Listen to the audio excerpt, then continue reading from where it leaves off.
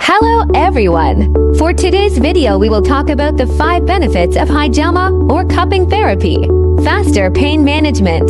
Hijama can help with arthritis, lower back pain, and other problems. It can also treat headaches, migraines, tooth pain, muscular pain, sciatica, and other types of pain. Cupping improves blood circulation. The increased blood flow to that location can aid in relieving muscular tension and promoting cell healing. Cupping increases the blood flow. Cure chronic fatigue syndrome. Hijama or cupping is an excellent therapy for this problem. Lung disease reliever. Cupping is an excellent therapy for respiratory illnesses, such as persistent cough, asthma, bronchitis, and pleurisy.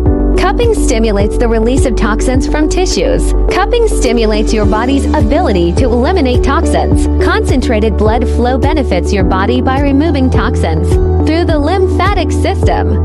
Book an appointment here at GSM Medical Center for your Hijama treatment. Thank you.